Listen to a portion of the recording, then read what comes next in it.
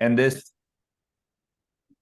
as Charlotte mentioned, this is a kind of we do, you do. So this is really active, hopefully. And yep, you can type something in the chat. I just want to point out well, actually, I'm going to take this in order of the agenda. So this is yep. So slide 1 is we are going to make the template. You see those templates that we give students in the patterns approach? We're going to make one time, we're going to make it from scratch, make those error bars. And you'll see why almost every program that has error bars just has students click it on. And that's also what we do. And you'll see why we don't have students code that in from scratch, just not a great use of class time. So, but teachers did want to see where that came from, and doing that one time really gives you a peek behind the curtain. And then we're going to troubleshoot. What are some of the problems that often come up that have students error bars or uncertainty boxes disappear on them, and just their best fit lines disappear. So that's all coming. Also notice that there is an answer key. So we're about to start, but I got a couple things to say. We're going to start on slide 2.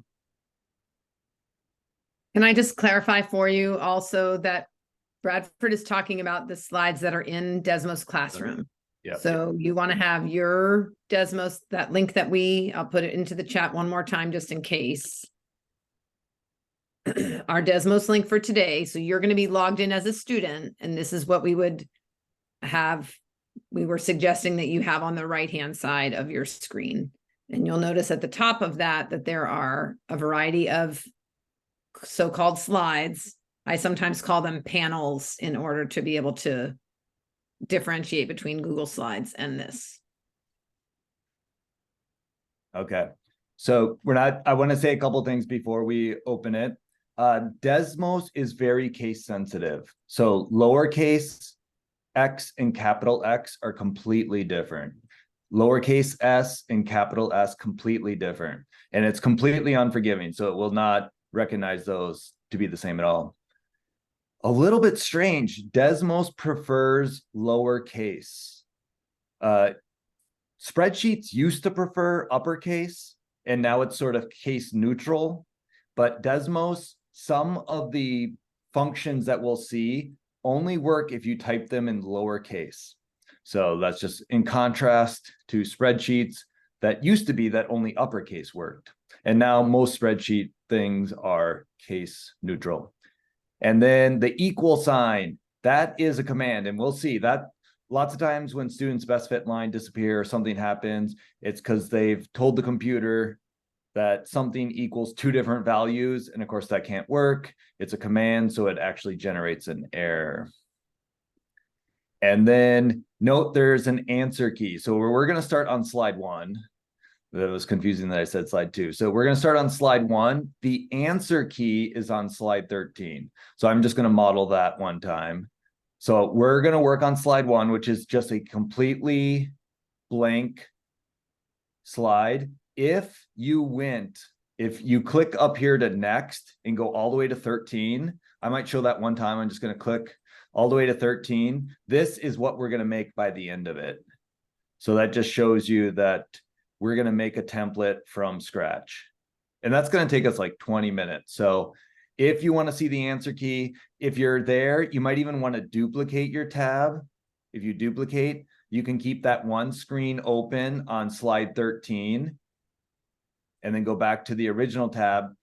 And if you want to go through this doing what I am doing, and I might sync everyone to me just so that, well, I'll let you decide. So I'm going back to slide 1 and I'm starting on the blank slide, and we're going to, from scratch, make the template one time. All right, so the first thing we need is a data set. So I suggest that you copy the data set from my screen, but just to show you, and you can actually paste images. So I'll quick do that. I'm going to paste this, see if this works. Yep, I think it's going to work. So I pasted it into the chat, and then also I'm going to type it in slide 1. So the first thing I'm going to do is +, add a table. and it gives me a generic X1, Y1. I'm going to change that X1. This was on an enzyme. So the biology teachers at one point used E1 for that, enzyme 1. And then they looked, this is from a potato catalase experiment where they added potato catalase and it generated a height of foam. And so the different amounts of catalyst that was added, I got it, concentrations. So that I'm going to just stay in the E column. I'm going to do all the E's. The first one was 8.3, and then I'll do down arrow and it'll just go to the next line, 16.7. And you can see as I add down arrow, it just adds a new line, 25.0. New line 33.3, down arrow 41.7. And now I'm going to put in all of the heights for that. So when the concentration was 8.3, the height was 2.2, down arrow 6.4, down arrow 8.9, 12.7, 16.1. Okay, so now we got our data in.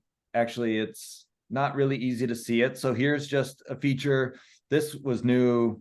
It's funny how new it is, but it's still, now it's pretty old, a year or two. There is that little magnifying glass, that zoom fit. That's the auto fit. Click on that and it puts our 5 data points there. Okay. But let's keep going though, actually. So one of the first things we have to do is add those best fit lines. Now, over the course of the sequence, sometimes they're given to students, sometimes they need to think about what they're seeing and inputting them, but let's give them the option. Let's put them all in here. And so first we'll put in proportional. Maybe it is, yeah, okay, I'm going to stick to what the key said. Although sometimes bio has gone to just showing the generic patterns with X and Y. But in any case, so it perfectly matches the key. We'll stick to this.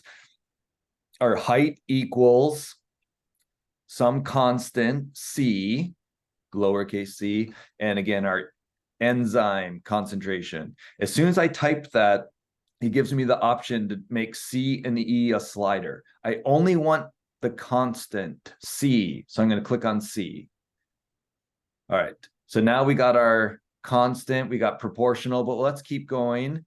So I need to get into a new line, and I'm now in line 4, and I'm going to put in linear.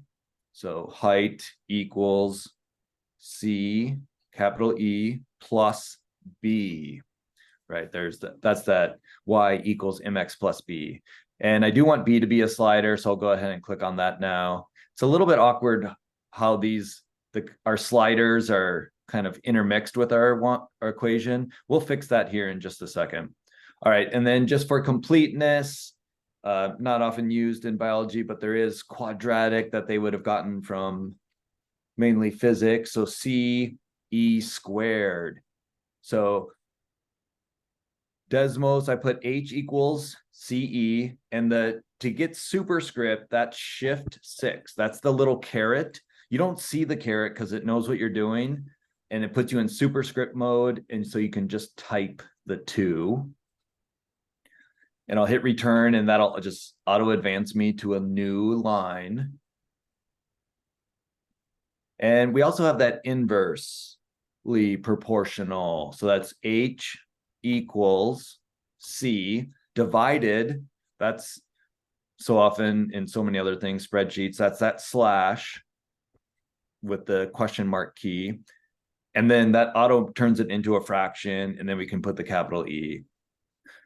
Okay, so I'm going to pause here just for a second and make sure everyone has a chance to catch up and do a little bit of cleanup.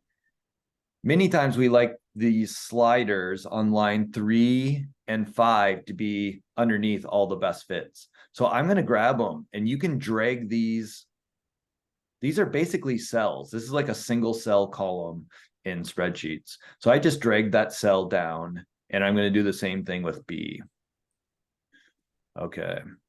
And then we can just wiggle them quick and see what they do. We're going to come back to this. Actually, I want to leave it. So there, that is how we gave. And of course, in biology, there's sometimes that you might use different functions and exponential decay. There's a couple in there, and we'll see those later today even. All right, so here is just some of the base mathematical functions, and we could even add more. All right, but the next piece in here is so often adding a title. And so to get text to show up on the graph, what we really do is we label a point. So I need a point on the graph. So I'm just looking at this graph, and it's parentheses x comma y. So I'm going to go 20, 20 just to make it easy. So parentheses, I'm in a new line all by itself, and I'm going to do parentheses 20, comma 20. And so there's my data point, my dot. But over here on the right side, you have to select label. And now if I start to type, so often especially by the time of biology, we want a title and their best fit. So here, let's go ahead and put the title. This was the effect of potato catalase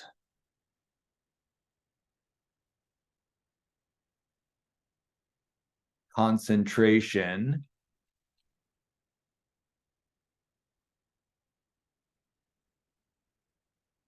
on the height of foam, I believe.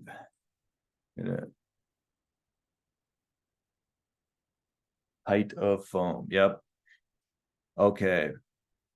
Now we can see that's kind of small. So I just want to, this is a good time. We might want to move that around. We might want to make it bigger. Lots of times we like to color code the title or the mathematical model. So on that line, there's a giant, or not a giant, but a black circle, and you notice that the dot is black. If I click on 8, line 8, and click and hold for like 3 seconds, 1, 2, 3, didn't seem to, yep, there it is. All of a sudden, a new menu pops up. And yep, so here's that chance to change the color. So now it's a green dot. And under label, that gives us a couple more important options. The writing is pretty small, although that's a pretty long title. So we probably can't make it too much larger. Whoop, disappeared on me. So click and hold for 3 seconds. There it pops up. This, of course, this was made for math teachers, so they call it a scale factor. Most of the time, you just call that like font size. So I'm going to change it to 2. Oh yeah, 2. That does look like a pretty good height. And of course, you could change it to 3 just to see it. Oh, 3 is too big. So I'm going to go back to 2. And it, you can pick out, it doesn't have to be a whole number, but I'm going to pick 2. All right. The other important thing we want to do here most of the time, I'll show this we don't want to use too often, but you can change the angle. And let's see. Yep, it is in radians. So you got to think in radians, but 3 turns it upside down. Okay, so again, I'm going to get out of there. Just shows you that you can do the angle. The more important thing, though, is the color, the size of the font, and let's turn on drag. So once you turn on drag, you now can move this title around, and that's powerful. Okay, so we got our title. That looks good. And I'm just going to now click in the line and hit return. So I just get a new fresh line. And we also want to put in the mathematical model. So again, I want to find a point. And you can see it doesn't matter the point because we'll make it draggable and then you can just move it around on the screen. But you need a point to start that'll pop up. So I might just do 2020 again because I dragged my point away. But if you didn't drag it, I'll do something slightly different. 15, comma 20. turn on the label, and we don't know what the model is. So I'm going to wait. I'm going to put just a couple question marks there to leave it. All right, so we want our uncertainty boxes. So I want to show that one time, and it'll quickly become clear why we do this for students, just like every other graphing program. Students just turn uncertainty bars on and off. But for the behind the curtain look, the first thing we need to do is tell it how big the uncertainty is. So generically, we would say, we'll label this. So I'm going to be very explicit. On line 10, I'm going to go up to the plus sign, and I'm putting just text. So just like spreadsheets, how spreadsheets treat numbers differently than letters, Desmos does the same thing. So I want text. So I'm going to go up to the plus sign and click on note. I'm going to zoom in a little bit here, so you can see that. On the plus sign, the second one down is note, and you see the quotes. It made it in a weird spot for me, so I'm going to get rid of that, go down to that same one. On line 10, if now I can't see my plus sign. Okay. Good and bad of zooming in. Change it to a note, and so I see the little quotation marks in line 10. All right, I got an empty note. So this is for humans. So we're going to tell it, hey, horizontal error bar. Okay, that's just a note. And now we need to have the computer actually know what the horizontal uncertainty, and we want a single letter. Variables always have to be a single letter in Desmos. So horizontal uncertainty, a good single letter for that is H, horizontal uncertainty. And from the lab, I'm just going to type it in. What we got from the answer key was the horizontal uncertainty was 2. So it was a percentage. So though they were labeled to about 2 degrees of uncertainty in the percentage of the concentration. And you can guess what we're going to do next. We're going to do plus sign and put in vertical uncertainty. So I'm going to scroll up to that plus, tell it, hey, I'm just going to type text, note. So I got those quotation marks, and let's do vertical error bar. And the nice thing is, if you just want a normal text, you can hit return. And here we'll do vertical for V for vertical. And again, just from the answer key, pulled up that the vertical uncertainty was 0.8 centimeters. And again, you can't mix numbers and text, so we're just going to put the 0.8 in this line. Okay, so now the computer knows the horizontal H is 2 and the vertical is 0.8. Now we got to go tell it to graph those. And actually, I think I'm going to just kind of say out loud the code for typing 1, and as it appears, I think it's actually really nice for people to see it appear. So I'm gonna, trying to move this around. So I got one data point on my screen that you can see over there. Okay. So what we're gonna do, we're gonna make the right bar, the right error bar, the uncertainty box, right? When X and Y, they're each a bar, but they really trace out a rectangular box. All right, so let's do the right side of the box. So I'm going to start with R for the right side.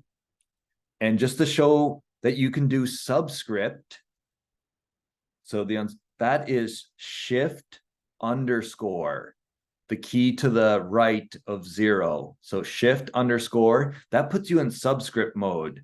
So I can write bar. So I'm going to do the right uncertainty bar box. All right. And then I want to get out of subscript. So I'm going to hit the right arrow key. That pops me back up. I kind of saw my cursor get bigger. Equals.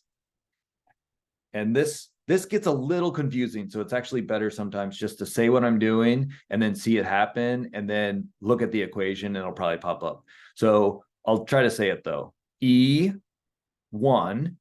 right? That's our data set. So it says, hey, go to each data point, E1. I'll scroll up quick. Remember our data table. Whoa, went too far. Our data table was a E1 that had the set of these 5 data points. So we're going to go to each of them. And we're going to add, to do the right bar, we want to add the horizontal uncertainty, H. I want to add H. That totally makes sense. Okay, so that puts us the right distance to the right of each data point. Now we want to plot a vertical line. And I call them curly brackets, but in our last Desmos session, someone let me know that the technical term for this is braces. So the curly bracket or braces, we want to plot a vertical line up and down there. And we want it, I'm just going to type this. We want it to run from H1 minus the vertical uncertainty, right? It should go from the vertical uncertainty.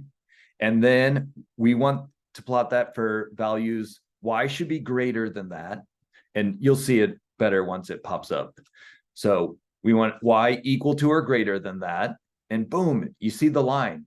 It's going from, it went to the right and then it went down the vertical uncertainty and it's plotting it to infinity. So we don't want it to go that far. So I'm going to do less than, oh, I didn't say it out loud, possibly. Less than, and if I want it less than or equal to, you just do the less than like it is. And then when you hit the equal sign, it won't print the equal sign. It'll just turn the less than into less than or equal to. All right, and you might even be able to guess. We want that to go as high as H1, the data point, plus the vertical uncertainty. And there it is. There's our little, that's the right side of the bar, making our box. So we started at the data point by typing in E1. We added the horizontal uncertainty, which pushed us over to this line. And then we only wanted to plot the actual line from H1 minus V up to H1 plus V. And now we got to close our curly bracket braces. And there, we got the right side. And so if you're anticipating, you probably know what we're going to do next. Let's go and do the left bar. And there's going to be a lot of symmetry, but of course it'll be a little different. So I'll do capital L underscore, that's shift underscore, gets us into subscript mode. I'll just do bar, right arrow to get out. I might toggle it once. Oh my gosh, you could do a subscript off a subscript. Yep, so you can't, subscript doesn't, or shift underscore even lets you do a subscript off a subscript. So you got to do the right arrow. Yep, nice. So right arrow gets you back to regular text, equal sign. And again, if you're, this is the, teaching you the basic architecture. Let's go to each data point. And right here, you can already see, hey, there's 5 data points in this list. And this time, if we want to do the left bar, we don't want to add the 2 to each one, or H, our horizontal uncertainty. This time we want to subtract it. And everything in the brackets is going to be the same, right? It's just the left side. So that's going to be symmetric. So curly brackets.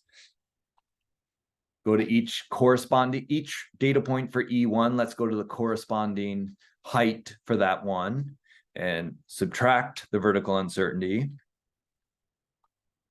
Less than or equal to Y, less than or equal to the corresponding height plus the vertical uncertainty in bracket. And I'll pause there to give everyone a chance to make sure they're feeling good about that one. And you notice that our right bar and our left bar are different colors. That's probably, we don't really need that. So if you want, I'm going to click and hold on the red dot. And now that I'm zoomed in, it gives me that same menu that we saw before. I might just change that. Later, we'll look at the dash lines and such, so I won't do that right now. Okay, so now there, we got our left and right, and now you can anticipate next up is our top. Let's do the top. So I'll do T for the top bar, and again, shift underscore to get in subscript, right arrow to get out of subscript, equals. And now let's think about this one. This one is a little bit different, a lot of symmetry, but this time we want to go to H1.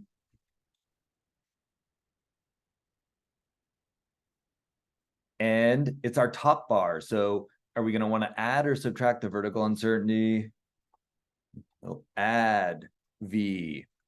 So that's going to take us to each of those data points and go up the vertical uncertainty. And not the same, but it's going to obviously be similar. Now we want to draw a horizontal line. So we're going to use X. But again, that was the enzyme. So that's E1. And we want to, what's the smallest? Where do we want the smallest one? That would be E1 minus the horizontal uncertainty, less than or equal to X, less than or equal to, and you might be getting the hang of this, E1 plus, we want that, you can see it on my, actually, well, now I've typed it in. So if I get rid of that, you can see my little blue line. It started at the right spot, but it's going to infinity. So we want to tell the computer, don't plot it to infinity. Let's only plot it to less than or equal to E1 plus H. And there we go. Now we got our horizontal. And just to make sure you see it, right? The reason why to put the H in V's in there is as a student changes their slider, this will auto change with it. I'm just showing up. We'll do that with the horizontal one time, just giving everyone a chance to make sure they're all cut up. We can see that with the horizontal. That's the beauty of this. Okay, so you can guess our final one, and you might even anticipate all of it. B for the bottom bar, shift underscore, BAR, right arrow to get out of that, equal sign, H1. Since we want the bottom, we want to go to each data point and subtract the vertical uncertainty. And of course, now we want to draw a horizontal line. So that's X. And E1 minus H less than or equal to X. And it's going to infinity. So we want it to go equal to or less than each of those data points plus H, curly brackets. Great, we got it. Now, actually, this is the base template. So I'm going to zoom out. Whoa. So we have our base template. All the sliders work and they could do everything. This is a lot of times where students might start a pre-made template. All right, so I'm going to go back to the ones from the key. So we had 2 and 0.8. All right, now we can find our best fit line. So I'm going to go back up to that top one. And we see this one is actually pretty straightforward. Although, this is worth showing. So, all right, so it's clearly, and different teachers do this differently, and there's no one way to do this. So in any case, we can tell that a lot of these lines are just kind of mental clutter, and they will mess with students. So we want to get rid of the extra lines. And there's 2 ways to do that. You can just click on the dot and it'll disappear. And that totally makes sense. I did that for a number of years. And then actually I did get convinced by other teachers that sometimes when the mathematical models are still there, that's nice because sometimes they make a mistake and you can just click them back on. But just enough students, and it may change by what year of school and who your students are. Lots of times they just get kind of confused, even a little stressed out seeing all those math equations when they don't apply. You can come over here and hit the X and that deletes them. So that makes it a little bit cleaner on the left side over here. If it ever goes totally awry, there is an undo button, and that's true of in Desmos Classroom and the regular Desmos. So that would I can hit undo and bring them all back. But decide, just what you want to do there. Okay, so now we got it. I don't need B anymore, so I might even X that out. All right, so that's, of course, nice to have it draggable. This is actually the perfect time. here is a new feature this school year is, see how I'm having trouble zooming in and out exactly? It's, if you have a touch screen, it's nice, but sometimes you just want to zoom X and sometimes you want to just zoom vertically Y. So they've now made it. See, my cursor is an arrow. If I hold shift, it becomes a stretch arrow. And if I go near the Y-axis, it allows me just to stretch in the Y vertical direction. And if I'm in the other spot, it's 45 degrees. So it's 1-to-1 stretching. It equally stretches both. And if you hold shift and get near the horizontal axis, it allows you to shift just that. And if you are in the cursor mode, if you click, you can drag it. And so it's a lot easier to fine tune this now with that. Okay. Oh, my font. Bradford, can you show that one more time? What are the keystrokes? Because I just tried it. I didn't even know about that. Yeah. So in regular mode with nothing, if I move my mouse around, I have my cursor moving around. If I click and move it around, it drags the whole equation, the whole graph. It's like you've grabbed the graph. Now, if I hold shift down, I don't even have to touch my mouse. If I hold shift, the arrow changes from the cursor to a stretch arrow, a double-sided arrow. And if you're in the middle of the graph, it stretches both X vertically and horizontally the same amount. If you hold shift down and move near one of the axes, it switches and only stretches that direction vertically. Cool. Yeah, this just came out this year. Okay, so that's a pretty good graph, right? Like we always say, you want to see the origin. Our math teachers are really glad. With some other graphing software, it only graphs quadrant 1. And math teachers really didn't like that. Or like students just didn't know like a quadratic went up on both sides or exponential. Sometimes students make assumptions. So it's good to show a little bit. And also, once we put our axes labels, it's nice to have a little buffer. Okay, so we got that. Now my title's a little too big. So you can't click on the graph to do anything. Well, I've made it draggable, so I can move it around. But if I want to change the size of the text, again, I'm going to show that. I have to go over to line 4 where I have my data point and that label labeled. Click on the green button for like 2 full seconds. And all of a sudden this menu pops up. And again, under label, A is the font size. Math teachers call that scale factor. How much are you scaling that? All right, so I am probably 1.5. Ooh, even now I'm zoomed in. I probably need to go back to 1. And of course, you could do 1.2 just to show that it doesn't need to be an even number. So 1.2, there we go.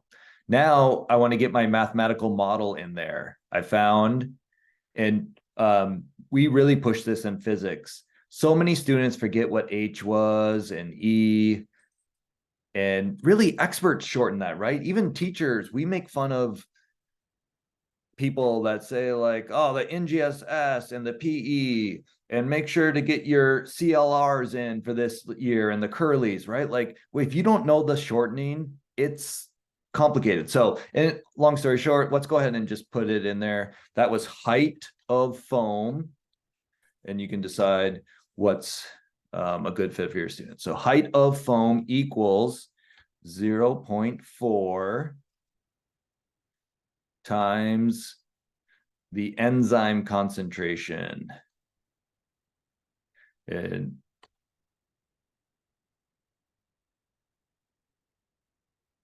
or catalyst concentration. That's what we had in our title. Concentration. Okay, good. And oh, it's already nice that it matches. But again, let's just pull up that menu, click and hold on the red. Maybe we want it red. That's pretty good. I might want that also to be 1.5, or maybe you want the title bigger. I have to scroll down a little bit. I want to make it draggable. It's always good to have it draggable. If you do want to just see this, we're there. If you want it to always be above the point that you drag, you can hit this top arrow. If you want it to be upright of the point, when it's draggable, that's not so important. Actually, I like to make the dot go away. And so what would you do there? Red. Now, sometimes, oh, of course I misspelled heights, but sometimes when you make the dot go away, it's a little harder to drag the equation, but it worked out for me this time. It just it cleans it up, and it just depends. But, oh, and I made the green title go away, and then it changed because it was like to the right of the point. And okay, but in any case, just want to show that if you want to have a really clean looking graph. Although I'm looking at this graph and I'm noticing one thing that's not there, and that is my axes labels. So let's go and do that because we haven't done that. I'm in zoomed in mode, so that's why I can't see it. I'm gonna move out of here. And to get axes labels, now that I've turned it full screen, I would probably move this around a little, but okay, let's get our axes labels up in the upper right. So if graph settings, that wrench, that kind of makes sense to have it over there. There is some manual zoom in, zoom out. So I clicked on the wrench though, and you can just see we can have axes numbers. Of course, we want those. Minor grid lines. Sometimes, especially if you're screenshotting this, you might want those, you might not, so you can toggle them on and off. But in any case, we want to go x-axis label. So that is catalyst, concentration. Ace. Okay, good. Yeah, it's got to be grinding. Sorry, can you show me how you got to that screen? Yes, the one I'm on right now. Yeah. Yep. It is when you're on the graph, you go to the upper right where there's this wrench in the upper right of the graph. And once you click on it, it pops up that little menu. Perfect. Thank you. Yeah. And I can make them bigger. So I'll do that. I click the large font size, catalyst concentration, and then parentheses %. And then we just want to label the vertical height of foam. I think that was centimeters. Okay, and that's good. All right, so that looks pretty good. Again, I could resize now that I am in here, so I might do that. I'll hold my shift key, kind of get my vertical, and then stretch it out. We just like to use most of the screen for it. Yep.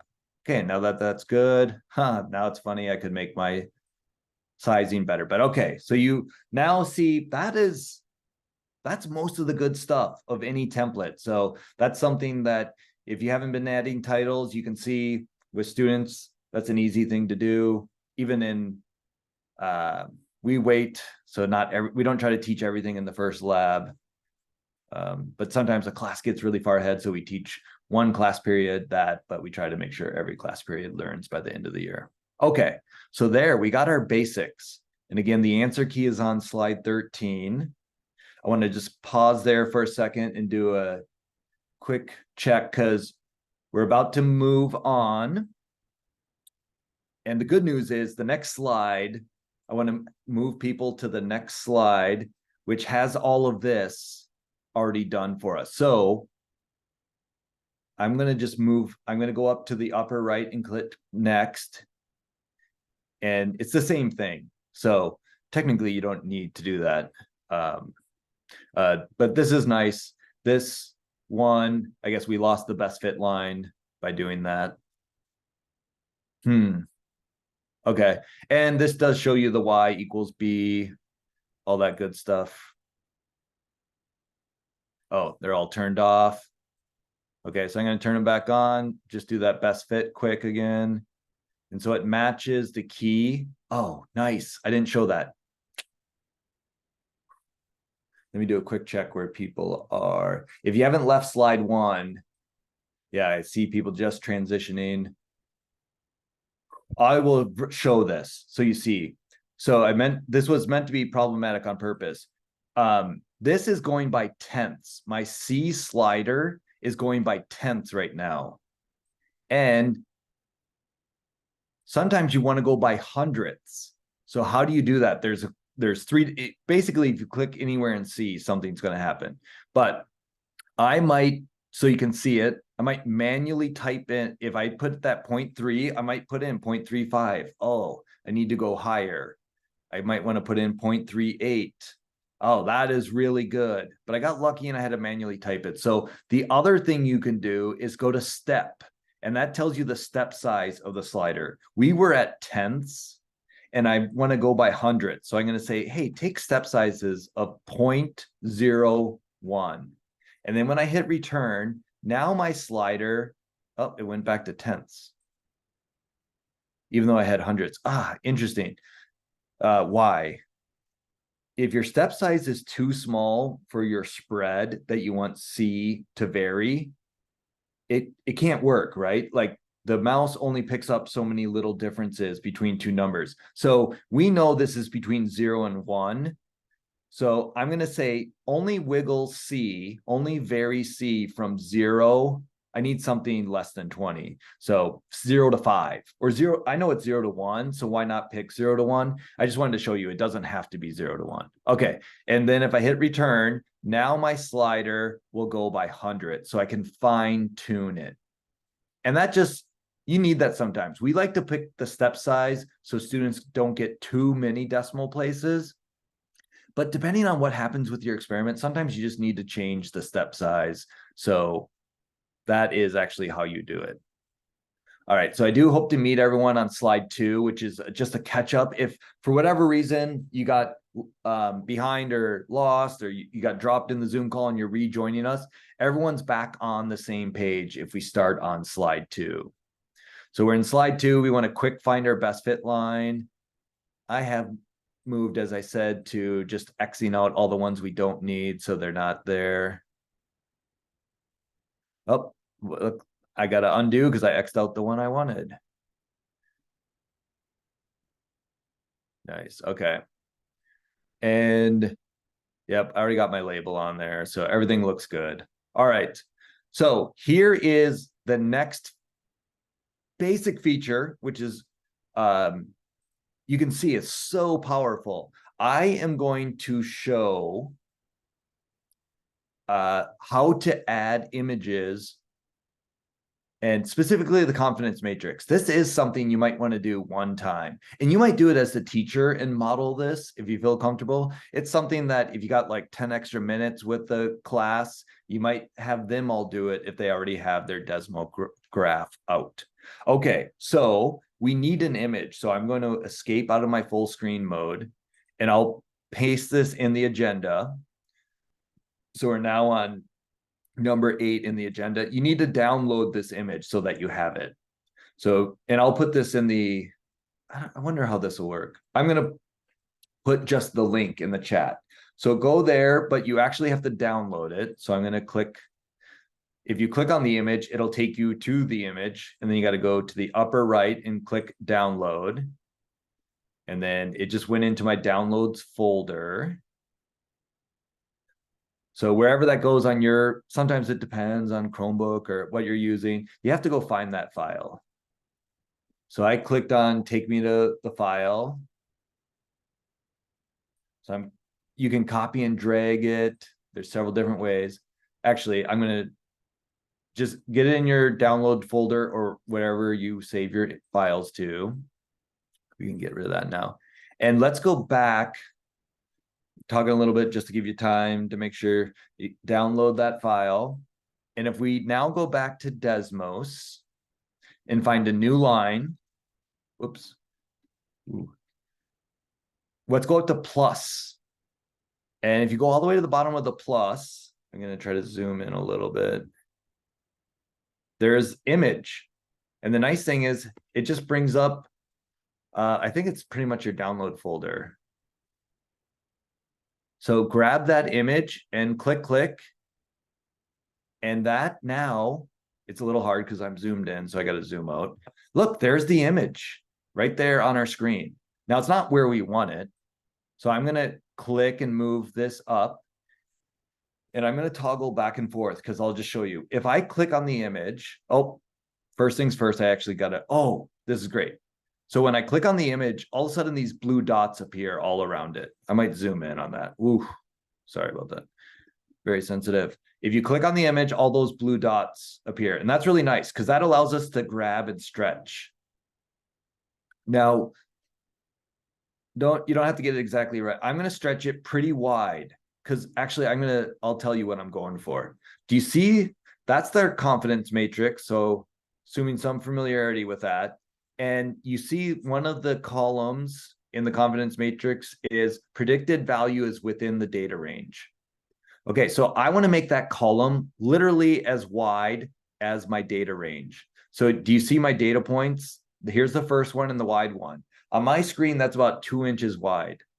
So I'm going to scroll diagonally to make that bigger. And then I got to make it just horizontally bigger. And I'm going to try to make it pretty wide, something like that. That's pretty good. Now that column is almost about the same size. It's messing everything up right now, but we're going to take that in steps. Okay, so it defaults to this mode. When you click on it, it has these resizing arrows. Okay, now I'm going to go over and click and hold, right? That brings up that extra menu. So if I click and hold, although it doesn't give me the font size and all that stuff, it gives me opacity. And we want to be able to see this. And place behind graph, I want that. Let's click on draggable. Once you click on draggable, the resize arrows disappear. You can't resize and drag at the same time. You can only do one or the other. Now that I made it draggable, if I click on the image, I can move the image. And I'm going to move it to below the x-axis. Oh, I got lucky. Sometimes you got to size and resize. Let's not overdo it though. Okay. So I sized mine pretty well. All right. So the point is though, is that you can have that image and just think this by itself is already awesome. This took like just a few seconds to show students.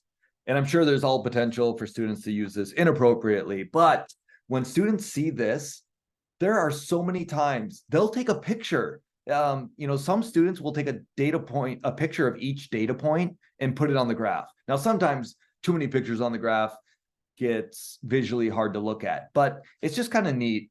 And so in any case, they might take a picture of their lab setup. There's just so much potential here once students learn to use how to insert an image. And that's pretty easy, literally plus sign, and you got to have the image on your computer. Okay, but we want to do one more thing. Sometimes students are struggling with confidence matrix.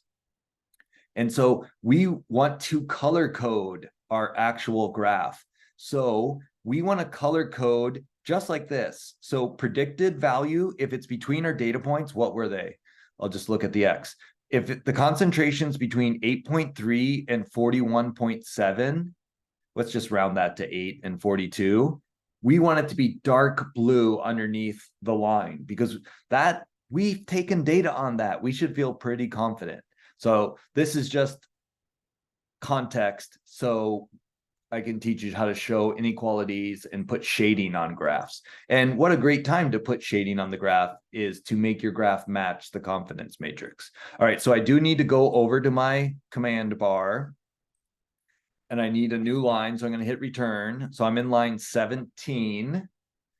And if I do lose you for any reason, the answer key is on slide 14. Sometimes people just like to be able to see the answer key. But I will try to verbally walk you through, but also answer keys on slide 14. Okay. So in any case, though, we want to shade. So I am going to just start off with X greater than 0, which of course lights up quadrant 1 and 4, right? Because they do that like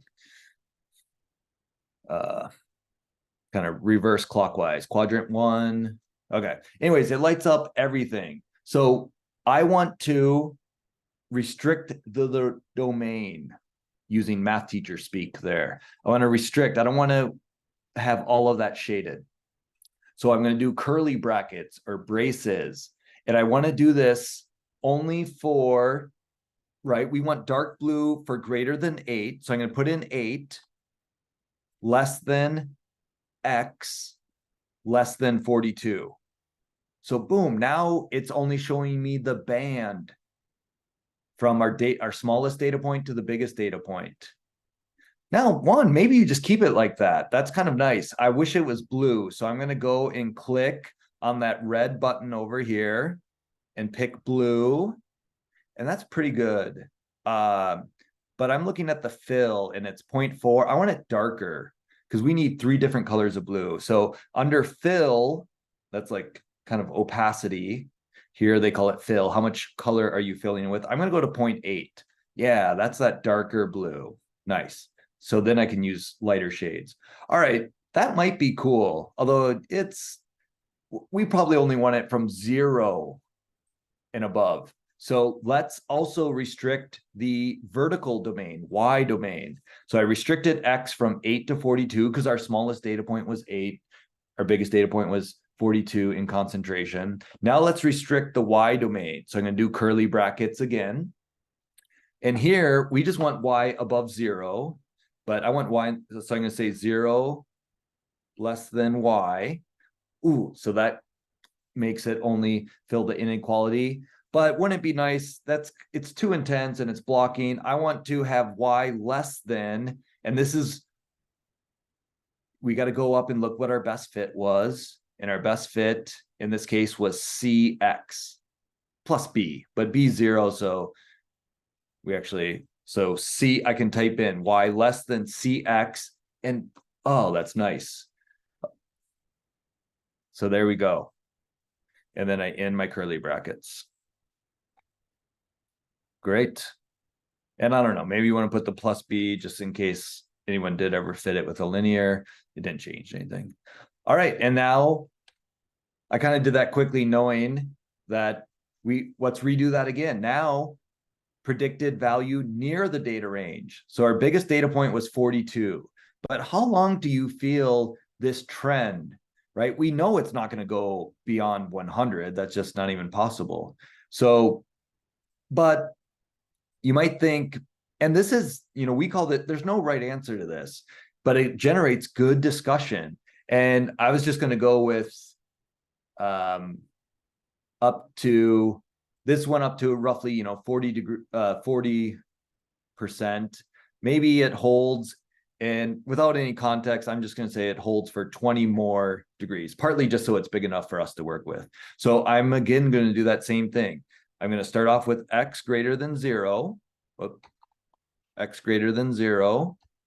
And of course, that does all of that. So let's quickly restrict the domain, curly brackets. It needs to be greater than 42. 42. X is greater than that. So the way I typed it in, though, is 42 less than X. So it's starting there. You can see that power. And I want it to be less than 62. So that's that band. And then, of course, we got to restrict the domain in the vertical direction. And so 0 less than Y less than CX. Nice. And just to get some reps in, we can do our final one. Once it gets too far away from the data, our confidence, maybe something else starts happening with concentration, right? Especially the biological system, concentration really matters. So this is just getting your reps. I don't know that you need to type this one, but yeah, get the reps. And also, if I went fast, just spend that time doing the last one. Okay, so again, X greater than 0 shows you that. And then curly brackets, let's have it be greater than 62. X, but less than what? 100. Shouldn't go above 100. And then restrict the vertical domain. Should be greater than 0. Y should be greater than 0, but less than CX again. And it defaulted to green. I want to make it just a lighter blue. So I'll click and hold, change it to blue, and take the fill. It defaulted to 0.4, so I will take it down to 0.2 and click out of there. And there we go. I might just resize my screen a little bit, not too much. But this is a nice little thing that helps students connect the confidence matrix to where they took data. And now I might move this stuff up here. And that's good. And then also by the time you teach them adding images, that's just really powerful. And it's always kind of, I call it like built-in differentiation. There's no lab where you have to add an image, but you can tell there's things that if a student finishes early, there's good stuff that they can add to their graph and keep them utilizing class time for learning. Okay, I'm going to do a quick check. Yep. So, yep, we're halfway through, and that is the heavy lifting. These, Charlotte's going to show a couple slides, and then we're going to go really quick on a few slides that is spot the problem. But anyways, just to look how we're doing here, we just finished slide 2.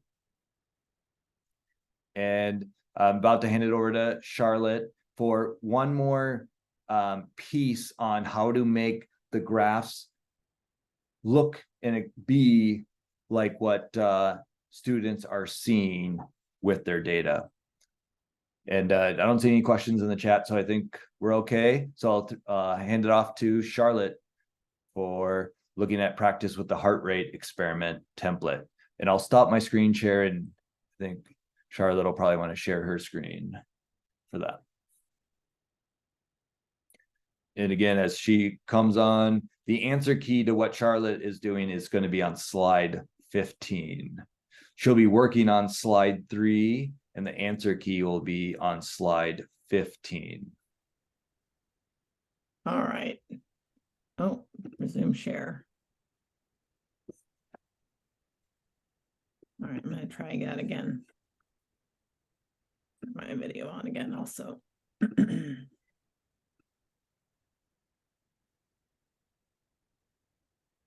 Let's try that. Okay, I think you can see that. All right, so what I want to show you here is what I first want to say that I have built a Desmos template from scratch once. Right. So as Bradford said, that is the really heavy lifting. I have always, in any Desmos template that I have built since that one time, I've always started with that one or with another one and then built from there. So one thing that we have tried to do in biology, after having, multiple years now of student comments and student feedback in the classroom. And it's especially challenging in biology if we get a student who has transferred from a school where they have never used Desmos before.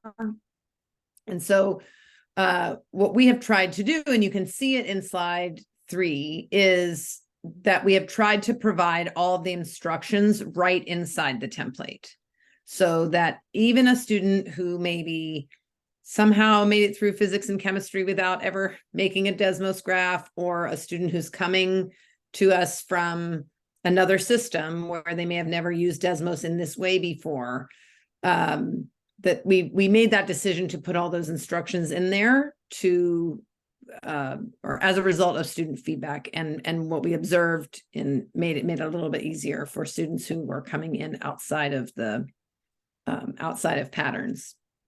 So you have access to any Desmos template that's in the curriculum, right? You have access to that, and you're certainly welcome and able to edit those if you want to change the instructions or anything like that. But just be aware that we right now in biology are not using or don't have setups for Desmos Classroom. So if you're teaching multiple subjects and you are using Desmos Classroom, or so-called Teacher Desmos, Desmos Classroom is the new name for that. If you're using Teacher Desmos or Desmos Classroom in physics, right now in biology, we do not have anything that is, or we're not consistently having Teacher Desmos or Desmos Classroom available. So if you're using just the regular Desmos templates, please be aware that anytime you make a change, the URL of that template changes. So just be aware that if you choose to make changes, that you will need to provide your students the link to your modified template. So I'm just kind of going back here through this is the heart rate experiment template. We pasted this right in from the one that exists in the Unit 3 outline and in the heart rate lab.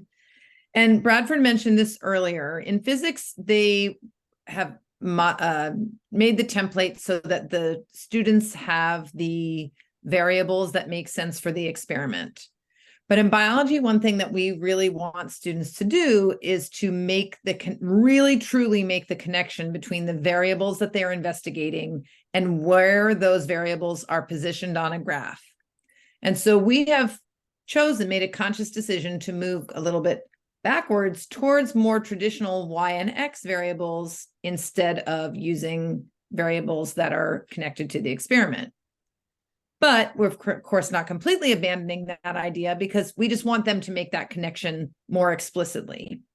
So in number 1, we asked them to click on the wrench, and you guys saw that a little bit earlier. So in this case, the students would be labeling their x-axis time of exercise in seconds, and then the y-axis would be labeled heart rate in beats per minute.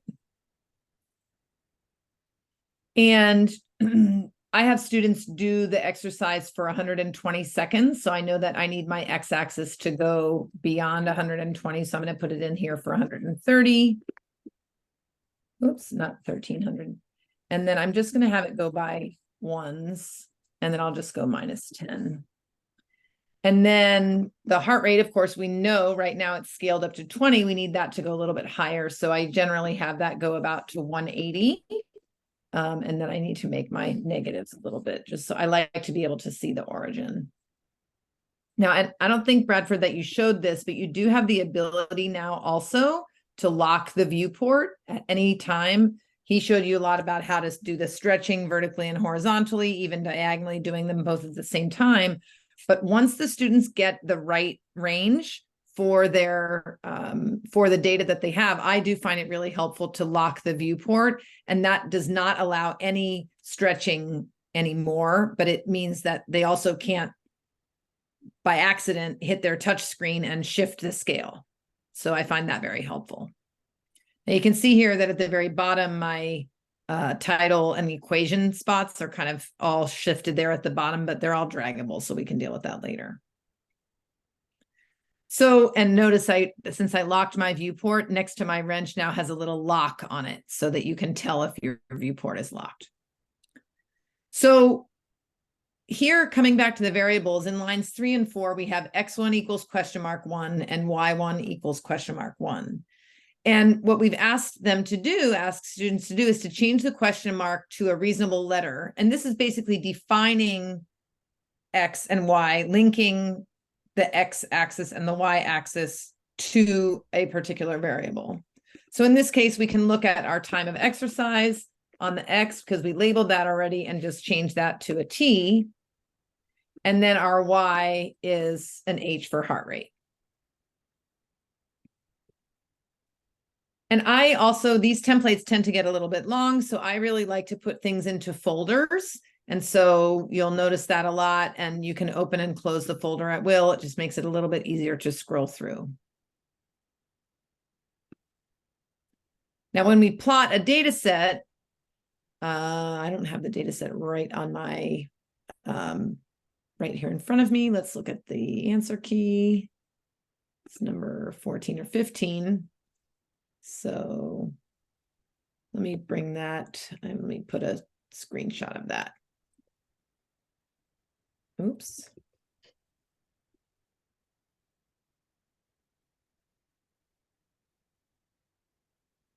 Well, it's going to go farther than that. I need to go backwards. There we go.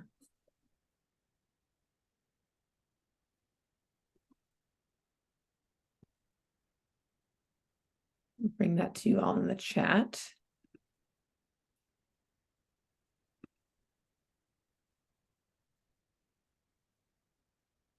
So there's that screenshot. You can see it in the chat. I'm going to go ahead and type that in here also from the chat, or type it into my data table here. And again, remember that we've already defined the terms, but we just want them to make that connection again, that the X variable is T for time and the Y variable is H for heart rate. And notice that those little caution signs go away as soon as I give named variables to the titles of the data table.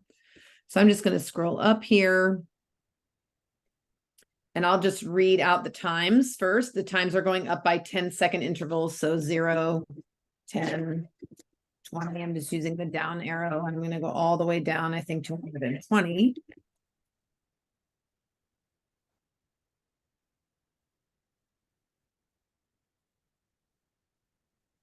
When I do this experiment with students, I let them decide how often they want to track their data. Most students will do either a 10 or a 20-second interval. Right? Leah's asking me a question. Was that a highlight tool? Was that a Mac thing? Yes. It's basically a snipping. So if you're on a Windows computer, you should be able to do a snip. But for Chromebooks, it's Command Shift Open Window, I think, on the Chromebook. And so I'm going to go in now, and I'm going to type in the heart rate values. Oh, and I realize I did lowercase letters here in my answer key. It's uppercase letters, as long as you're consistent. All right, so 91, 17, 28, 143, and we can see that because we scaled things pretty much pretty well, those points are showing up on our graph. 40 is at 148. 151 for 50 seconds, 154, 160. 166, 169, 172, and then the last one is 173. And so, of course, what we as biology teachers see when we do this, we know that what we're observing is the body getting to homeostasis, right? We're seeing the respiratory system working with the cardiovascular system in order to balance the influx and outflux of oxygen and carbon dioxide, speeding up the respiration rate in order to be able to get rid of all of the carbon dioxide that is being created as the organism, in this case, a human person, is exercising.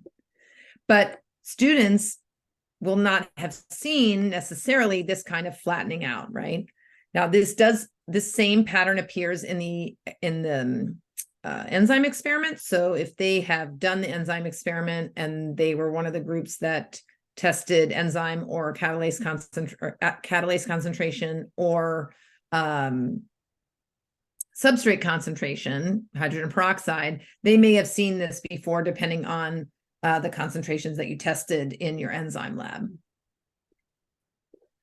So the next task or and when I get those data points all in there, that's so long. I don't like to have to scroll through. So again, I like to close the folder each time, and that also helps me to know in my mind, and help students visualize, well, okay, I've done number 3. I can close that window now, or close that folder. So when the points are plotted, use the magnifying glass. We don't necessarily need to do that. And even if I press on that magnifying glass, it's not going to move anything around because I already locked my viewport. So I can kind of show you what that would look like. If I didn't lock my viewport, I'll unlock that and then use the zoom. It likes to show me a little bit more on either side. So it kind of zoomed, made things a little bit smaller. But if students don't lock their viewport, then they tend to get lost in the zooming on their screen. So I like to have them do that. So it gives them at least a place to, so we're all looking at basically the same thing. All right, so then we're going to go ahead and put in some slider bars, and the sliders in the heart rate experiment, we did a new version of rewrote the data table for heart rate this past year. And but in heart rate, we are having students use the standard deviation or an average of standard deviations for heart rate measurement as the heart rate, as the error bar distance in heart rate. And I'm just going to check here what it is on our example, 1 and 11. Come back here to number 3. So the horizontal error bar is plus or minus 1 second. And in my classroom, I use the vernier heart rate sensors. And so since those are collecting data once every second, we use a plus or minus 1. And then the vertical is, in this case, the average of the standard deviation for the heart rate for this group, and it's going to be 11. Now notice my slider bar here only goes up to 10. You may know that you can just click on that and just either type an 11. It will automatically make them 11. You could make it 50, right? And then have access to the error bar all the way up to 50 and then use the slider. So that I like this because it allows each student group to use the standard deviation average that they actually generate in their group, right? So not everybody, it's not standard across the class because each group is going to have their own vertical standard deviation, vertical error bar. Okay, so we put those in so we can close that. And then we're going to make a line of best fit. But in this case, what we're going to see is that we actually have 2 lines of best fit and that work each one over a different range of the data or a different domain. So we start out here. Now, the one thing, if you're a physics teacher, you may know that most of the physics templates or maybe all the physics templates have all the lines turned on at the beginning, and it's the students who have to turn them off. Well, in biology, we want them to kind of visualize what it is that they're seeing. So we actually have them all turned off. Notice that none of these circles are filled in. If I just click on those circles one by one, we'll start to get those, and they're all right now stuck right along the x-axis. If I then use my C slider, that's going to start to move things around a little bit. But we have things that get a little bit more complicated. So we actually have 4 sliders, right, in biology that matter. So I like to turn those off because we want students to think about what it is that they're seeing before they try and just randomly turn on all of the things. I also have all of the patterns posters up on my wall in my classroom. And so I ask them to look at those and to turn on the equations and the lines of best fit that actually make the most sense. So of course, here we're talking at the beginning, we know we're not dealing with proportional because it's not going through the origin. So we're going to start out with the simplest option here, which is a linear graph. But of course, right now my B slider is at 1.8. So I'm going to bring that way up. We need it to go right just under 100 here. So I'm going to use that trick from earlier and make them my maximum for B like 150. And then start to slide that a little bit more. Well, maybe down here. And then I need to change the slope of my line. So I'm going to go to my C, my constant value, and hit as many of those points. It's really near the edges on quite a few of them, but we're going to get as close as we can to at least get this line through the error bar boxes on those first 5 points. So at least for the first 40 seconds or so of the data collection. And I'd move this B up to 90. I think that allows me to still get, I feel like I'm hitting those error bar boxes a little bit more effectively by bringing up that y-intercept just a little bit. And then after that, we see we have all these points from 40 seconds all the way to 120 that right now are not being hit by our best fit line. And again, biologically, we understand what's happening here is that the body is evening the heart rate out because it's found the right point where the gas exchange is happening at the right rate. And so it doesn't need to increase the heart rate anymore. It's keeping it about the same. So I have students look at the wall again and look at the patterns that are along the wall. And when I say along the wall, let me show you this. I actually, let me put this in front of my face. Maybe that will work better. Oh, that's totally not working. I have to unblur my, in a second, I'll unblur my background so that I can show you what I mean by having the posters on the wall, but I'll have to unblur my background. But they figure out that it's kind of like balancing out, right? So we turn on now the we turn on now the horizontal line. But horizontal line, the way that we have taught it to students is that it's y equals b. And of course, my b is already in use here. So we're not going to use the a value. The a value in, if I am moving my a value around here, it only is shifting things in my Gaussian curve, my standard distribution. A does not appear in any of my basic best fit lines that are here closer to the top. So I'm going to actually switch my y equals b to y equals a. And then we can, now I got to change the size of this, make this way bigger because we want it to be probably about 150. So I'm going to make my maximum 170 there. And then drag that up here. So now I'm going to try and see if I can get as many of these lines or as many of these data points in their error bars being hit by this best fit line.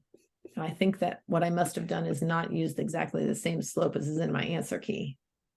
Just quickly check.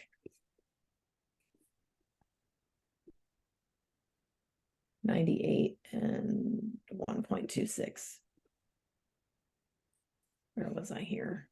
Oh, 92 and 1.6. I'm a little, I had my slider a little bit higher and my B value a little bit lower than what I ended up with before. But I think that's actually a good example because you might give students the same data set, right? In biology, things are messy, right? It's not as clear as day as it might be in chemistry or physics if you're using a simulation to collect your data, right? In biology, there are lots of things going on. And so the data tend to be a little bit messier.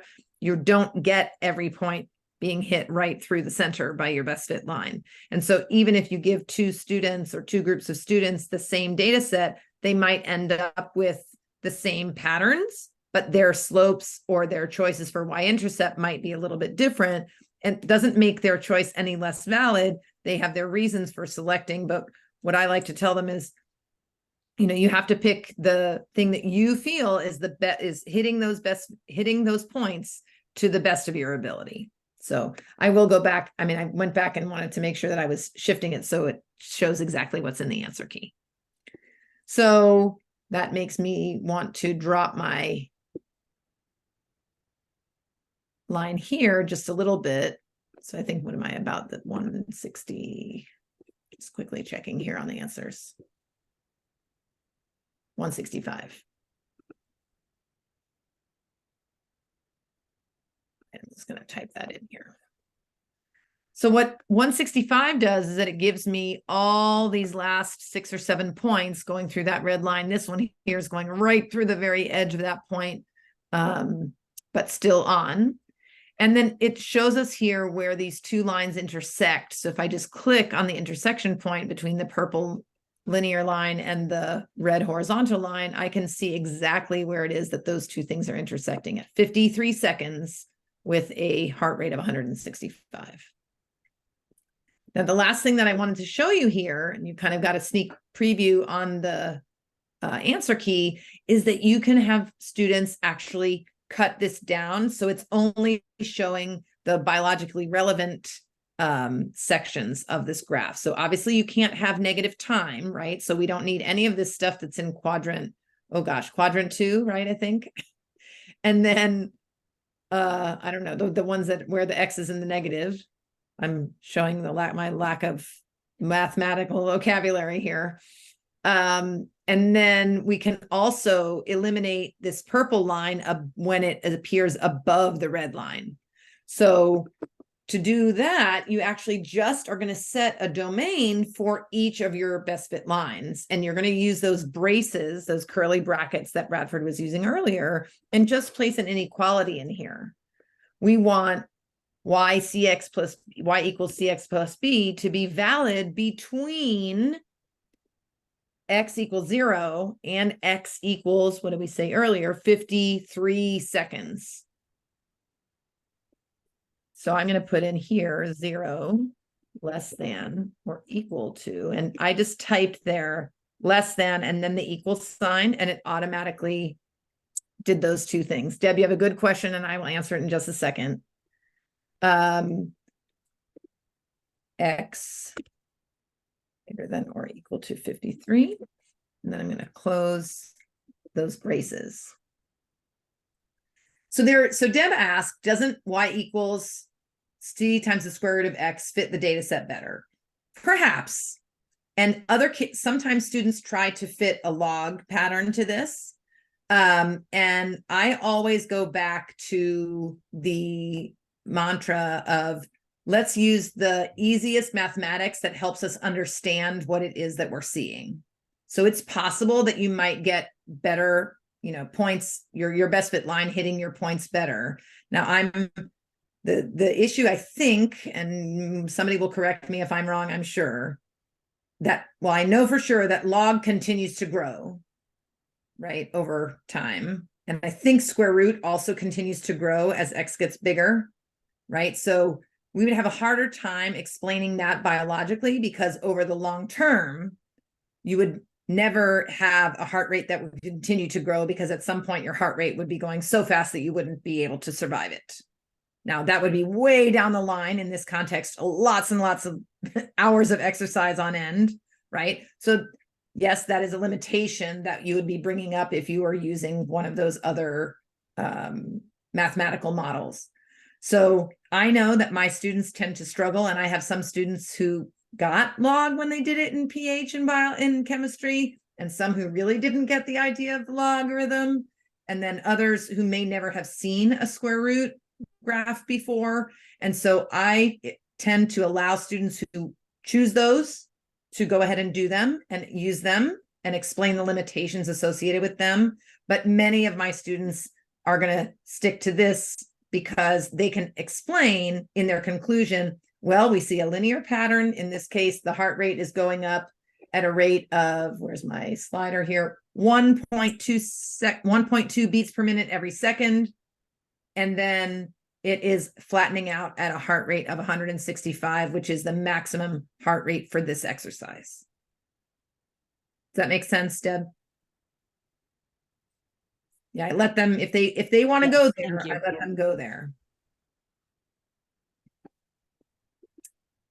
All right, and then the last thing here, we talked about labeling earlier, so I'm not going to go ahead and label here because Bradford showed you how to do that. But what we have tried to do is in our biology templates is to make everything draggable.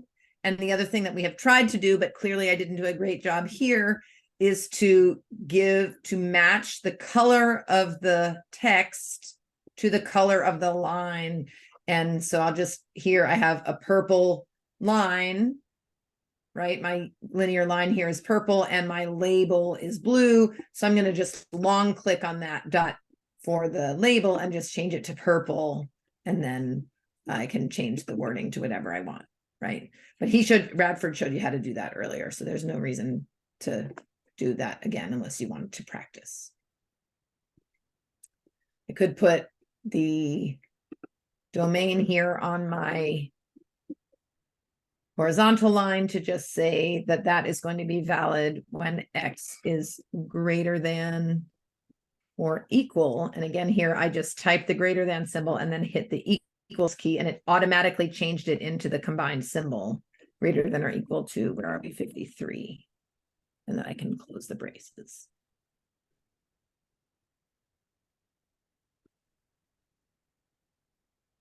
Any questions about that? So they see this in heart rate, they see this in enzyme, if they're doing concentration of enzyme or concentration of substrate. But this is a pattern that would appear in many different scenarios in biology because of the idea of homeostasis.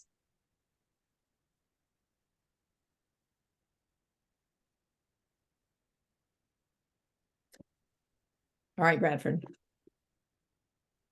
Yeah. Back to you. Great. Okay, so these next ones are a little more quick and sort of spot the problem. And so we brought up the most common. I'll quick share my screen. And yeah, while you're doing that, we know that Desmos can be tricky, right? And so the idea here in these next few slides on Desmos is to share with you the situations that cause our students the most trouble in biology. And so trying to have you guys give you a clue in to what those are, because most of those issues are really easy to fix and you just have to be able to recognize them. Excellent. All right. So here we have one. This is a common one that in these titles kind of direct you. There is just a handful of spots to look. So in any case, you said I couldn't copy and paste my data. Joke's on you. So it depends on how much data, right? We do want to eventually possibly, you can copy and paste, but what can happen when you copy and paste, and you can see it. So the original data table was capital T1, D1. When they pasted, it auto does this. There's no way of stopping it. So it auto pasted and it did X2 and Y2. So the data points show up because they're both green, but maybe I should change that. You can always change the color too. And we're about to the bonus feature for today. So now they changed to blue. They're supposed to be green. It doesn't matter that color coding. In any case, if you have a big data set, especially like that heart rate, you might want to copy and paste. And so the solution is to just change that T1, or sorry, the X2 back to the T1. And in this case, D1. It still doesn't quite like it because you have two different places you're telling it what to do. So we have to delete the original, and now, whoops, I didn't delete it. And now, boom, all of a sudden our uncertainty bars add up. And again, you kind of know why that broke, right? Because remember, we make uncertainty bars by telling it to go to T1. And if you tell it T1 is this, and it's that empty set, it gets confused and doesn't do anything. All right, so that's fixing the problem. The next one, I'm going to ask you to hunt around just a little bit. So I heard C was 0.3. Okay, so they heard C was 0.3, but now their best fit line is just not there. And if you want to type it in the chat just to make it a little more interactive, I'll give it like 30 seconds. Can you figure out what the problem is?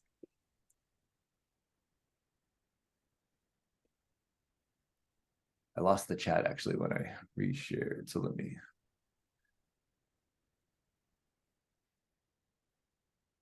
And there's too many variables. Yes, C was defined twice. Up in line 4 was where it was put in by the teacher. And then they heard it was C. And so they just typed in C equals 0.3. So again, it works as long as we get rid of one of them. C can't be equal to 0 and 0.3. So I'll go ahead and delete the one that the teacher put in, and then all their best fit lines reappear. So whoops, there you go. So that is a common problem, that they put in the variable twice, especially if they heard it was something. All right, so let's try another one. I don't get why Desmos doesn't work for me. This is the trick, right? Student says it's not working for them. And you go over and you start looking at their screen. They didn't double up on C. Something does look a little funny here. There's this green line here. That's kind of strange. We don't get vertical lines. And over here, oh, look, there's a green one. This can happen in biology, right? Like going back to the y equals cx and all those other ones. There's just a couple on the screen, but what's happening here? They're not letting x become a variable. For some reason, they typed x equals 0.3.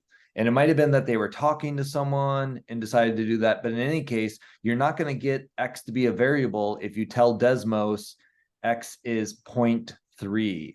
So we got to get rid of that. And then, and of course, C was set to 0. So again, it'll come back. All right, let's try another one.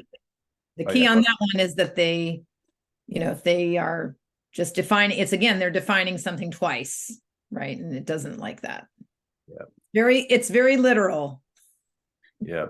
And actually, I'm going to show that because there was another telltale sign. If we make C, nice. Actually, that actually works with lowercase x. This would be a problem. We changed this to mimic bio. That's actually, X as a lowercase always stays a variable. That's why lowercase x and y those are the only actual variables in Desmos. And that's why we have to do that trick where we set x1 equal to the variable you want. That's still problematic and it's making the green line. It's more problematic in the way some of the other classes set that up. So depending on how you set that up. All right, so let's do another quick hit. The uncertainty boxes are broken. Here's that best fit line that Charlotte was doing. And, you know, it's just that game. You got to search. Everything looks good, the plot.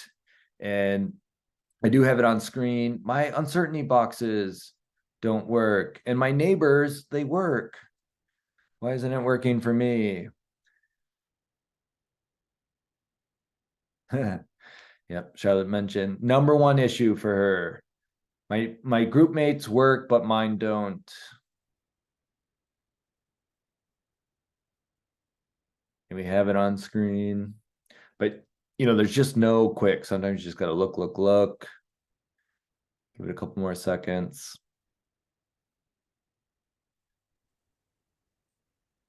Anybody see what's going on here? Here, yeah, no, good. Didn't turn on, they didn't use the slider bars for their error. So they didn't Yes. put in their error.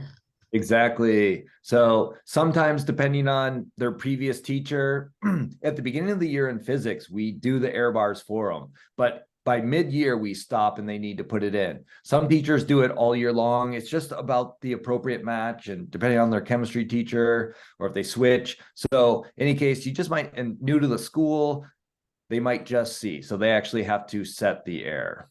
Okay, so number one issue when the error bars are broken, they just left them at 0. I got one more and then I'm gonna hand it off to Charlotte. This is a funny one. You should never have this happen, but look, just their right error bar disappeared. And that's strange. Should never happen. Of course, that means it happens once or twice a class. But telltale sign, you know, you can't find it because what did they do? They went into the folder that says in capital letters, don't edit anything in this folder. That is irresistible to some students. So what did they do? They went in there and I see the little triangle problem. Too many variables. Try defining H1. Okay, so they have broken one of these. So they went into the folder. And at this point, most of the time with a student, I say, you got to start your template over. That is so, if they just change that, and you might try undo if it was the last thing they did, but who knows? But you got to look closely at this because here it's labeled U for uncertainty, vertical, and you can, I mean, it will take you 2 or 3 minutes to parse this out. This is not a quick fix. So if they went in and messed with that, that's a good problem to have, right? There was a student so curious that they wanted to figure out how that works. That's pretty cool. Good problem to have, but sometimes it's not worth your time figuring out how to fix it, just in the sense of like, you would have to stop and really give it your full attention for 3 minutes. And I'm sure, you know, there's other students that are having issues at the same time. But in any case, that is sometimes when all else fails, check that uncertainty, do not edit. Okay, with that, I'll toss it back to Charlotte to do a couple more. And do you want me to just click forward or do you want? Yeah, that's fine. Yeah. All right, so moving on, we're on slide 9 now. So we're back on our same heart rate data set, right? And this one, again, they are having trouble with their error bars, but they have, in fact, this time, if you scroll down to lines number 11 and 11 and 13, sorry, yeah, 11 and 13, they do have those numbers in there, 1 and 11 that we had earlier, but yet their error bars are not showing up on their graph. And by the time I get them in biology, usually we don't have the issue with them not using the slider bar. This is a more common issue that I experience. So I'm curious if anybody can find the error. And I'll give you a clue. This has to do with the very precise nature of what Desmos understands and doesn't understand.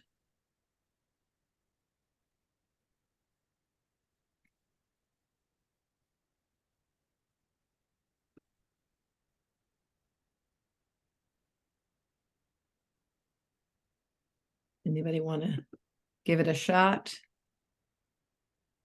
Very good, Lenora. You got it. It's exactly right. So notice that up in the very top, that line number 3, they have defined X as X1 equals little t1. And then in their data table, they have T1 is a capital T. And so they have to make those two things match in order for the error to get fixed. So Bradford, if you can just switch that little t to in line 3, switch that to a big T.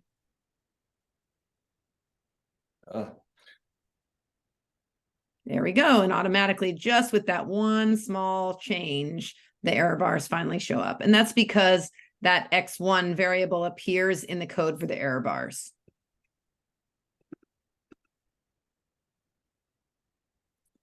All right. And then the last one is, I didn't know I could type in my constant value. I thought I had to use the slider. So in this one, they are using the slider bar, and what's happening is that they have,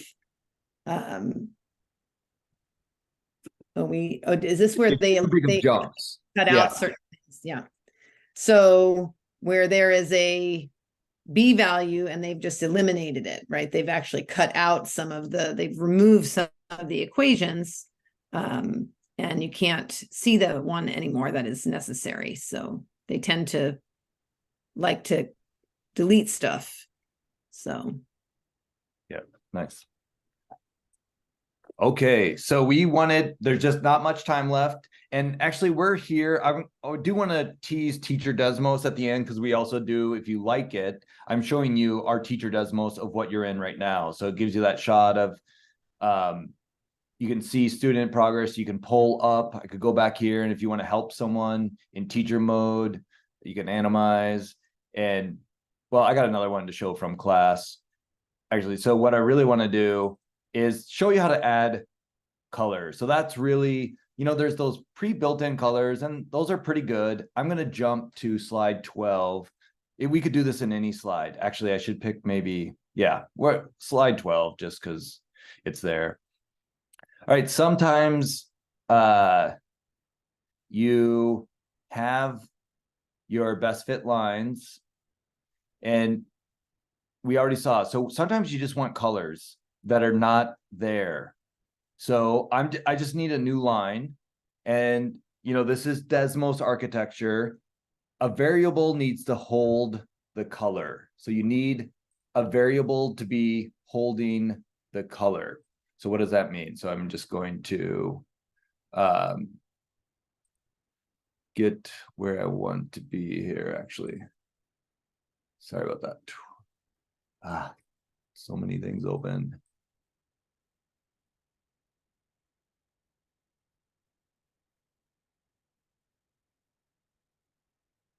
Okay, so I am going to get to a new line.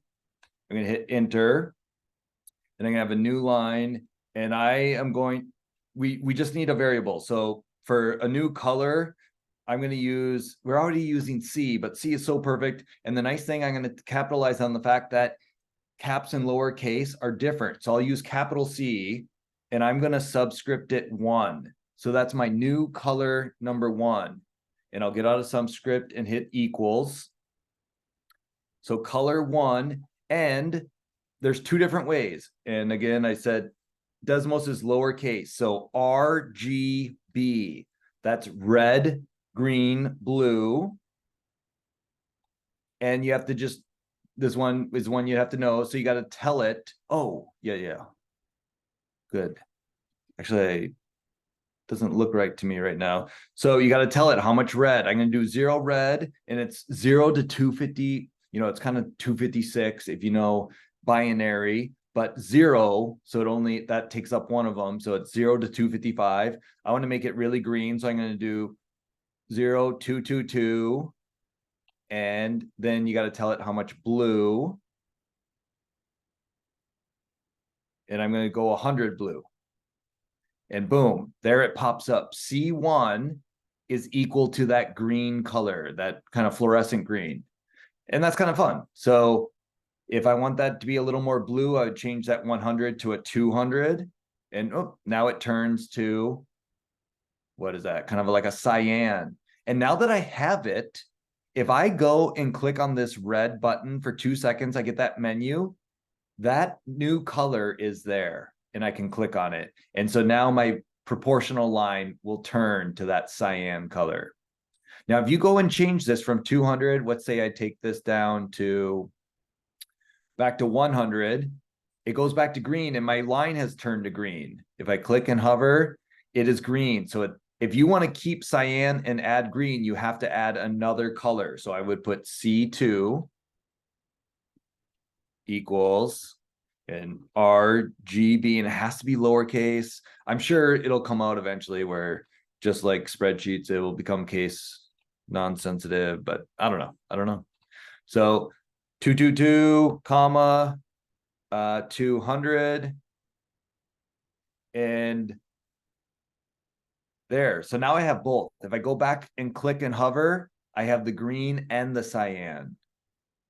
Now, it somehow came up.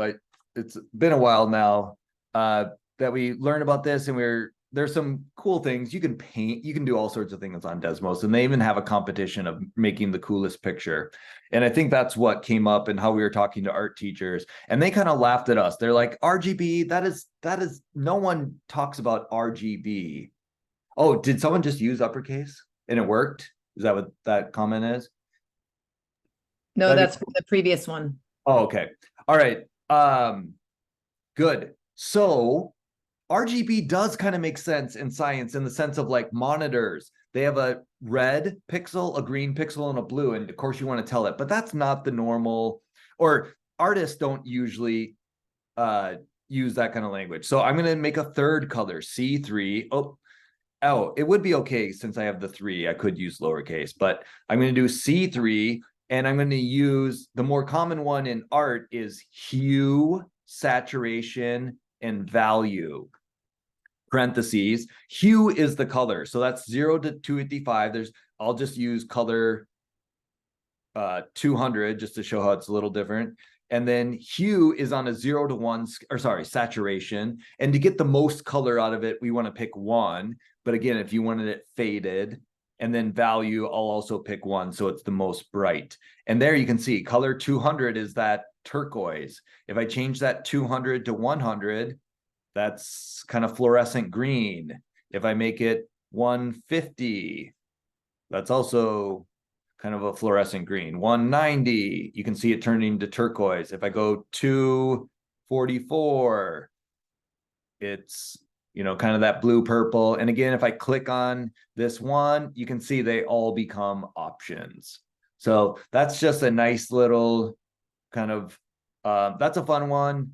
Teaching, again, you got 5 extra minutes and you're on Desmos with students. You just want to give them something good to do, or it's just sort of a fun one. And of course, we could have done that with the shading for, again, so if they want to match, they import an image and they want to match their title to it or all those kind of things. It's just good stuff. And they're learning, this is translatable to a lot of different spreadsheets you can do this in and stuff like that too. So that's just a neat feature. That's the bonus feature. And then I will, just for fun, tease this. And we just want to show something that it's come up again and again that students or teachers need to assess how are students doing. So this is Teacher Desmos, and we have a whole webinar. It's really an hour plus a half-hour work time. So an hour and a half is all you need. And we show you how to get up and running and bring in any lab that you're already doing. So with that, that's not what I'm going to show today. What I want to show today, though, is I have it animized. So it's replaced every student name with a mathematician's name. In any case, you can see every student work. And as they're working, you can see it. But once you click in it does become static. So I can check on this student and you can see it. And you could even, let's say they made a mistake. You could change their graph. It won't change it for them. This is just a stat you've made. It's like a copy of Google Docs. So that you could show them though, hey, this is what you need to do. And they would still have to do it on their own. It allows you to check. Also, if you want to use this as an assessment, you want to assess it and give them feedback on this, you can freeze this. This is paused. And then you can check. This student was able to do it. This was the fit down here. They got a title. And you could just move through and check each student. Okay. So that again just allows you, this one zoomed in, this student zoomed in more. Okay, great. That is some of the power of Teacher Desmos, is that you can see every student's screen. And that is simple. We have a whole webinar on October 10th. We're getting really close to the end. So I wanted to pull up the flyer, but we also want to just reserve these last couple minutes for the exit ticket. We are getting the well-rounded access program, and we do need to collect data. So it does take a couple minutes. So I think we do want to get close to ending here. We'll answer questions as they come in, and I'll pull up that flyer and just show you upcoming webinars. One most relevant to this would be if you are interested in Teacher Desmos. And with that, I'll throw it over to Charlotte just to see any wrap-up comments before we sign off. Sorry, I just wanted to I had to unmute. The other thing that that sometimes tends to be a little bit sticky in bio is the standard distributions. And one of those situations also, like, let's see how Deb was asking earlier about the square root thing. The standard distribution isn't perfect, but it's the best relatively easy to understand mathematical pattern that we have that describes the functioning of an enzyme under a wide range of temperatures or under a wide range of pHs. So just be aware that, we know that the standard distribution isn't the exact graph for that, but it is at least a mathematical pattern that they can ascribe to the situation that they're seeing when they do the enzyme lab. So that's just the only other comment that I have. Okay. All right. Well, we're really close on time here, and I did put it in the chat and I put it at the bottom of the agenda. There's that link if you do want to see more of Teacher Desmos. And yep, that's just an 1.5 hour session on, says 2 hours, but we'll change that to an 1.5 hour. There's some work time in there. So you literally could set up your next lab or your next test in there. So in any case, then October 10th, something we always like to do, if you are willing to just unmute, or even with the video too, I'm going to stop the screen share. We'll just do a 3, 2, 1. If you're willing to say bye, it's always a nice way to end. And then we'll stay on for just a couple more minutes. If there was a question that didn't make sense, we should pause the recording or end the recording.